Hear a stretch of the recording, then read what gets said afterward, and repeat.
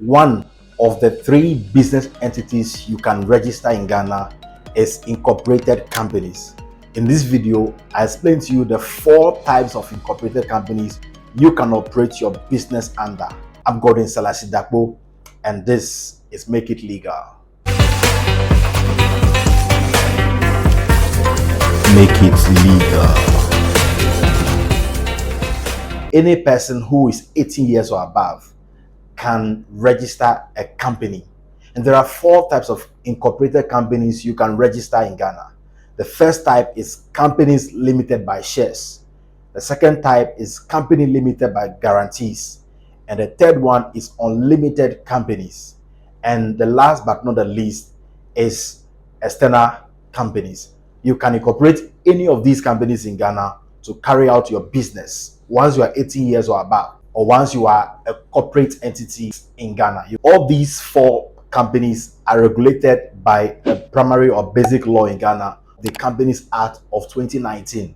Now, when your company is going to operate in an industry which has specific legislations or laws, you must comply with the Companies Act in terms of how you get a company incorporated. Then after that, you must also comply with the regulations or legislations or laws of that industry. For example, if you are going to operate a bank, you would have to first of all comply with the Companies Act by getting a company incorporated, and then you also have to comply with the legislations that are within the banking industry or sector. If you're going to operate in the oil and gas industry, you have to comply first with the Companies Act, then you also comply with the regulations in that industry. It applies also for insurance companies and for legal professional entities and for accounting firm entities. There are regulations that you must comply with aside complying with the Companies Act to register your company. That is something you need to know when you think of incorporating a company or doing your business under a company. What is a company limited by shares? As the name suggests, it is a company that is incorporated with shares and there are shareholders. But the interesting thing about these companies is that the liability of the members of the company is limited to the amount that is yet to be paid on their shares. Let me explain that a bit more. If you have a company of which 5 of you are shareholders, the 5 of you have each contributed 1,000 Ghana cedis as shares you have in the company. And if out of these contributions you've all made, and let's say out of the 5 of you, only one person is able to pay all the 1,000 Ghana cedis to the company, and the remaining people have only paid some amount of money. Let's say Mr. A, who is part of the remaining 4 people, paid only 1 Ghana cedis out of his 1,000 Ghana cedis shares he has acquired.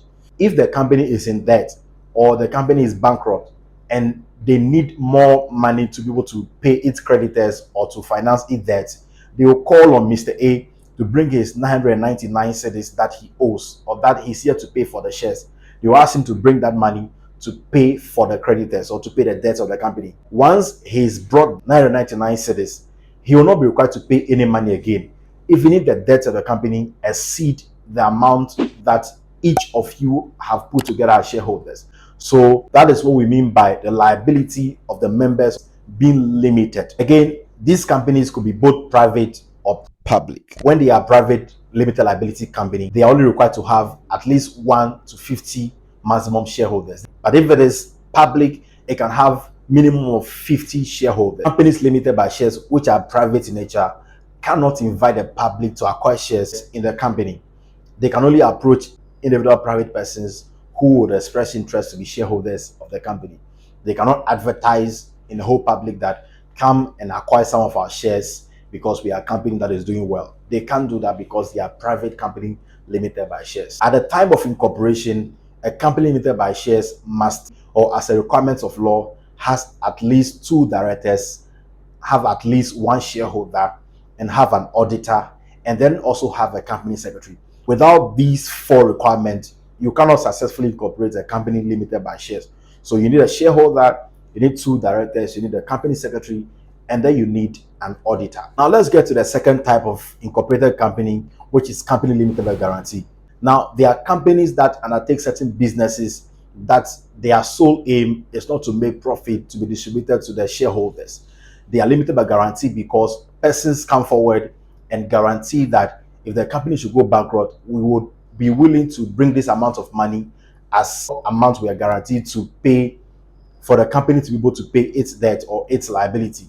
So that company also operates as a business entity, but they are not operating to make profit that will be shared to the shareholders. Examples of these companies are NGOs, churches, and not-for-profit organizations.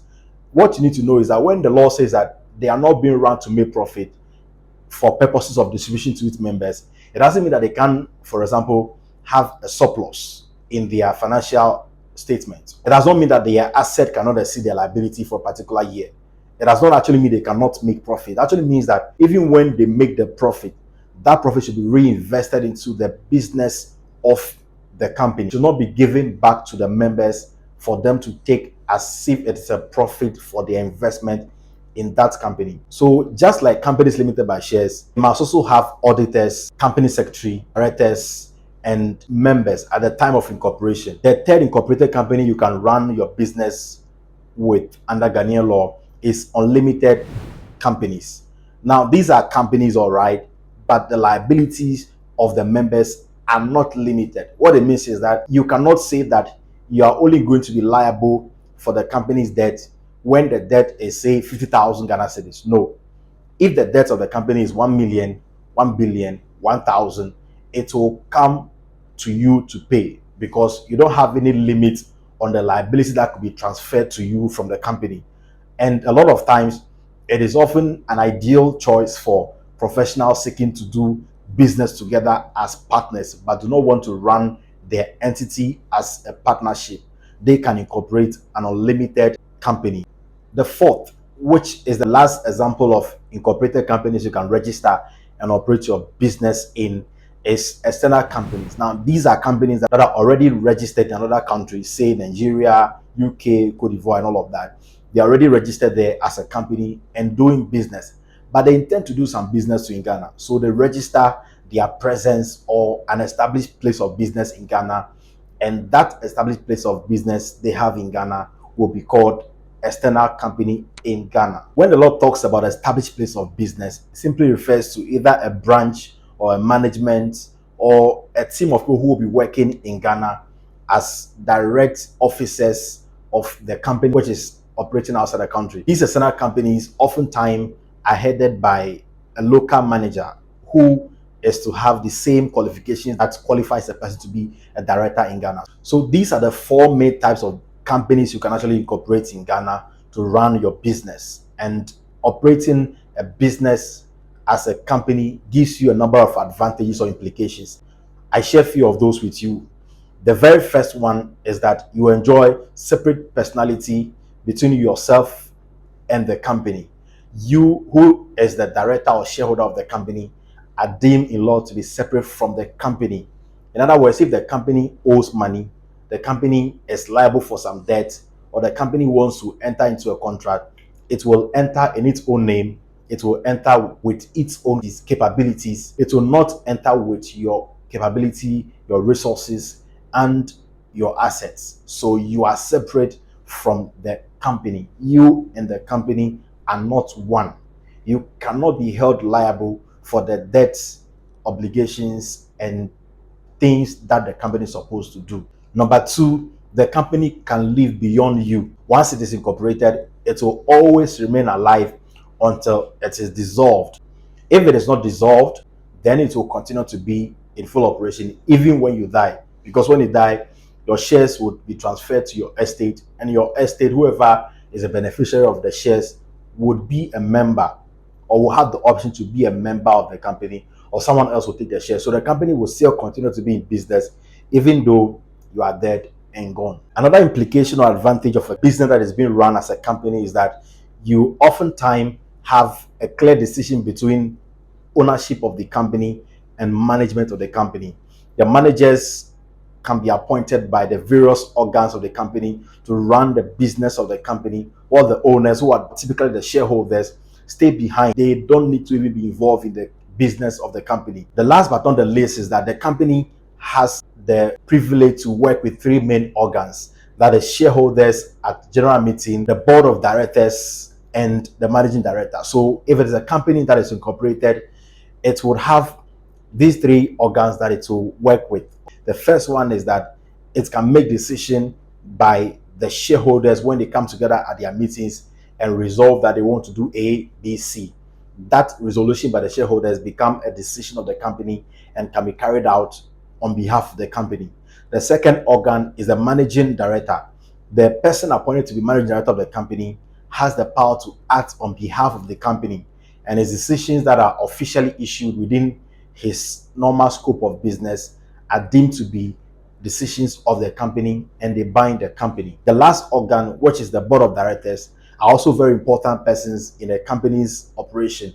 They also make a decision on behalf of the company. When they make a decision, it binds the company, and they also make their decision by resolving to do certain things. And when they resolve to do certain things, that become a resolution of the company, and it is taken to be an act of the company itself. I believe this video presents to you all the overview you need to know about incorporated companies as far as the Ghanaian law is concerned. If you've not watched my video on sole proprietorships and partnership, you may want to look out for it. I'll leave the link right at the end of this video. Click on it and watch it. And please don't forget to subscribe to the channel and like this video.